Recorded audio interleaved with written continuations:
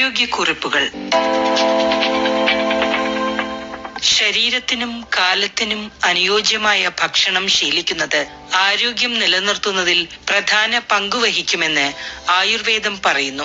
ആഹാരത്തിൽ ശരിയായ ശ്രദ്ധ നൽകാത്തതുകൊണ്ടാണ് മിക്ക രോഗങ്ങളും ഉണ്ടാകുന്നതെന്ന് ഈ ശാസ്ത്രം കരുതുന്നു. ശരീരത്തിന് ഗുണകരമായ ആഹാര പദാർത്ഥമായാലും മറ്റു ചില വിഭവങ്ങളോട് കൂടി ചേരുമ്പോൾ അത് ശരീരത്തിന് ഹാനികരമാകുമെന്ന് ആയുർവേദം പറയുന്നു. പരസ്പരം പൊരുത്തപ്പെടാത്ത ഭക്ഷണ പദാർത്ഥങ്ങളെയാണ് വിരുദ്ധാഹാരങ്ങൾ എന്ന് പറയുന്നത്. വിരുദ്ധാഹാരം, ഇതേക്കുറിച്ച് ആയുർവേദ ചികിത്സകയായ ഡോക്ടർ ശ്രുതി പി സംസാരിക്കുന്നു.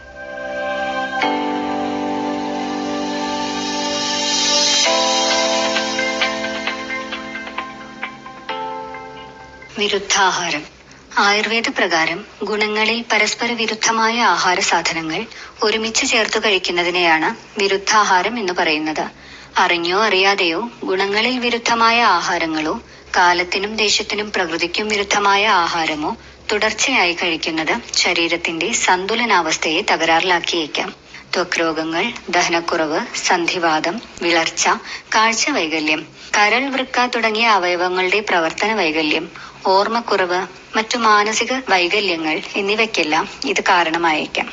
പാലിനോടൊപ്പം മത്സ്യം, പഴം, തിന, മുതിര, ചക്ക, ഉഴുന്ന്, ഉപ്പ്, അമരയ്ക്ക എന്നിവ വിരുദ്ധമാണ്. മത്സ്യത്തോടൊപ്പവും മാംസത്തോടൊപ്പവും പാല്, തൈര്, മോര്, തേന്, ശർക്കര, ഉഴുന്ന്, എള്ള്, മുളപ്പിച്ച ധാന്യങ്ങൾ എന്നിവ നല്ലതല്ല. അതുപോലെ വാഴപ്പഴത്തിനോടൊപ്പം തൈര്, മോര്, മുട്ട, പാല്, പാലിനോടൊപ്പം പുളിരസമുള്ള പഴങ്ങൾ, ഓട്ടുപാത്രത്തിൽ സൂക്ഷിച്ചുവെച്ച നെയ്യ്, നെയ്യും തേനും തുല്യ അളവിൽ ഒരേ സമയം, ഇതെല്ലാം വിരുദ്ധമാണ്.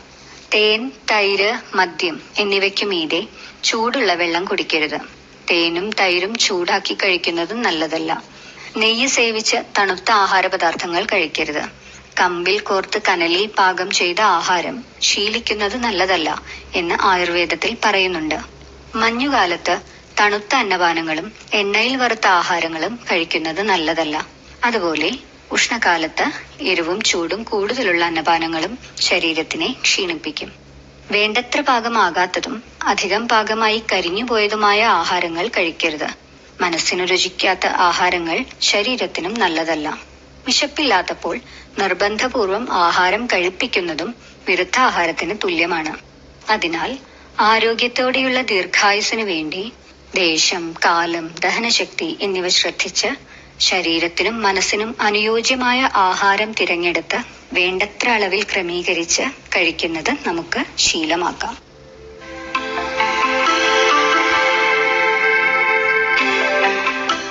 വിരുദ്ധാഹാരം. ആയുർവേദ ചികിത്സകയായ ഡോക്ടർ ശ്രുതി പി സംസാരിച്ചതാണ് കേട്ടത്.